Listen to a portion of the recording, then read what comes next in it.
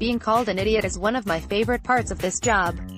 It happens a lot. Part of this is because I am, in fact, an idiot. That's one of the reasons I find it amusing when somebody goes out of their way to send me a message on social media or via email to call me an idiot, or moron, or my personal favorite, so-called expert. I know I am. I've lived with me every single day of my life. You aren't telling me anything new here. But thank you for reading. The other reason it happens so often is that I have a large platform here at CBSSports.com, and part of my job is making predictions about things that will happen, even though I have no idea what will happen. I'm just making educated guesses based on the information available to me at any given time and trying to figure out the most likely outcomes.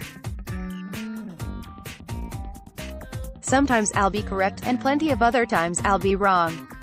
Still, no matter how often I'm called an idiot or a moron, I'm always surprised by the reasons behind it. You can be amazed what sets people off.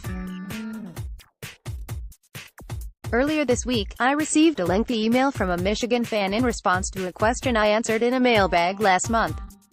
Primarily what I wrote was that Jim Harbaugh hiring a new offensive coordinator could be good for Michigan going forward, as they were finally going to modernize the offense and it could help the Wolverines become a legitimate title contender in both the Big Ten and national title picture.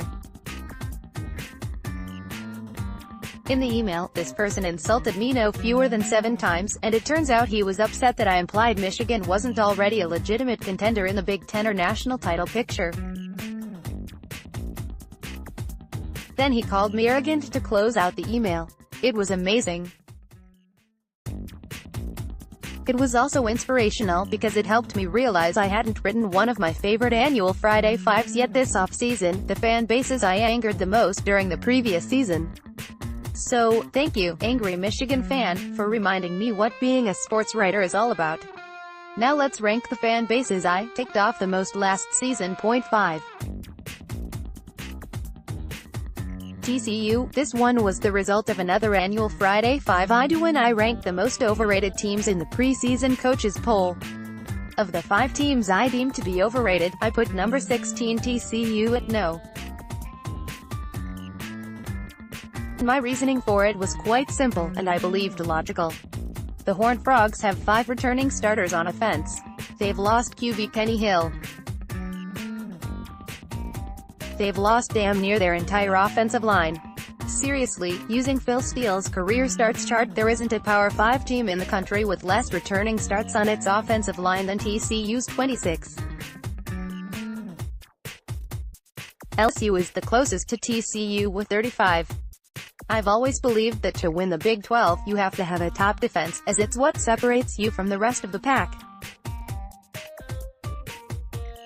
The flip side of that, however, is that you need to be able to keep up with powerful Big 12 offenses as well. I look at this TCU offense right now, and I have a hard time finding the confidence in this offense to be able to score when it needs to. I think the Horned Frogs are due for one of those reset years like we saw them have in 2016. They went from 11-2 in 2015 to 6-7 the following year. Last season saw the Horned Frogs go 11-3, and while I don't know if another 6-win season is in the cards, I have a hard time envisioning this team finishing the year ranked as high as no. 16. I was then subjected to a healthy dose of TCU fans calling me a so-called expert because of it. TCU proceeded to go 7-6 on the season and 4-5 in the Big 12, scoring 23.5 points per game. The only Big 12 team to score fewer was Kansas State, which means that Kansas scores more points per game in 2018 than TCU did. For once, I was right. It happens sometimes. I'm also incredibly wrong sometimes, but we'll get to that later in this list. Point 4. Alabama. Of all the reasons fan bases united against me this past season, this was probably my favorite. While their grudge didn't last long and it was only a small, let's say, naive portion of the fan base, there was a week-long period where some Alabama fans were very mad at me.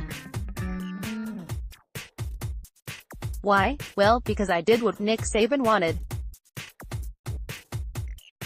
You see, Alabama had just beaten Texas A.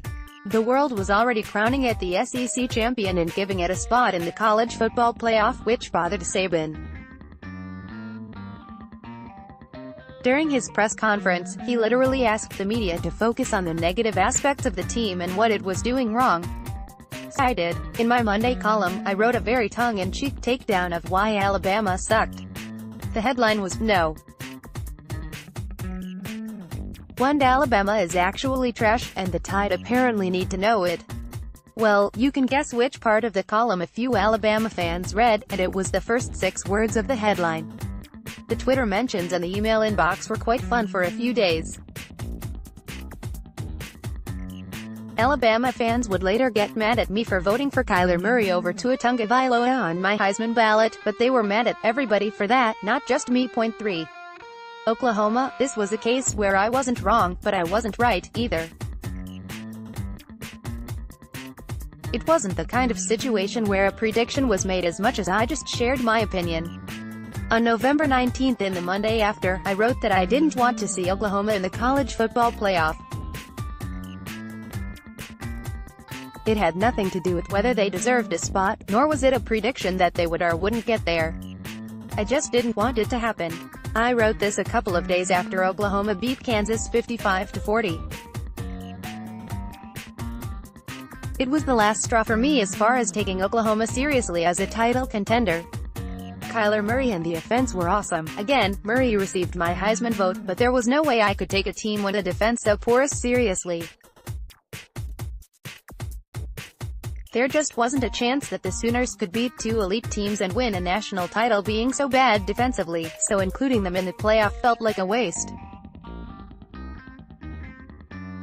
That's not to say I thought there were a lot of other teams out there capable of beating both Alabama and Clemson. There aren't. But I just knew Oklahoma wasn't going to, not when it allows Kansas to score 40 points against it. As you can imagine, there aren't a lot of fan bases who would take kindly to anybody writing that about their team, and Oklahoma fans responded the way you'd expect. Oklahoma would make the playoff and promptly find itself down 28-0 against Alabama fewer than 17 minutes into the game. It made a valiant effort over the final 43 minutes, thanks in large part to Murray, to make the score a respectable 45-34 final, but Alabama's offense still averaged 7.5 yards per play and scored on 7 of its 10 possessions. The 10th possession was Alabama running the final 4.5 minutes off the clock as Oklahoma's defense couldn't get off the field. Point 2. Nebraska, it's almost an annual tradition in my bottom 25 rankings that one Power 5 school's fan base will not be familiar with the rankings, nor the method behind them, and upon finding themselves ranked in a poll that ranks the 25 worst teams, lose their minds about it. That was Nebraska this season. When Nebraska made the bottom 25 after its season-opening 33-28 loss to Colorado, they weren't happy. I was its so-called expert, who had never watched Nebraska and didn't understand football. I tried to explain that in a ranking system built upon results in a current season, wins, losses, stats, it's hard for any 0-1 team to escape the bottom 25 after a week, no matter what school it is. Nebraska fans weren't really up to listening. Then the following week, the Cornhuskers lost to Troy 24-19. The week after that they lost to Michigan 56-10. Then came a 42-28 loss to Purdue, and before you knew it, Nebraska was 0-6. Now, this had nothing to do with the bottom 25. The system the rankings are based on is not predictive, nor is it designed to be. What was funny, though, was the same Nebraska fans who spent the first week of the season yelling at me then changed their minds and embraced the concept. 1 week, a Husker fan was calling me a moron, and 2 weeks later, that same person was in my mentions eagerly asking me how high his beloved Huskers had climbed in that week's bottom 25. It was a fantastic turn of events, and one that mirrored the second half of Nebraska's season as it started 0-6 but won 4 of their last 6.1. LSU, the anger here was based on preseason predictions, and a projection I was very much wrong about. In our SEC picks, I chose LSU as the most overrated team in the SEC. I was one of 4 people here at CBSSports.com to do so. Ben Kirkaball, Chip Patterson, and Barton Simmons were the other 3. What I did differently was I tweeted out all my predictions for each conference, and LSU fans pounced on the tweet in which I labeled them as the most overrated team in the SEC. My reasoning wasn't complicated. LSU began the season ranked No. 25 in the AP poll, and I didn't think the Tigers would finish the season ranked. Therefore, they were overrated.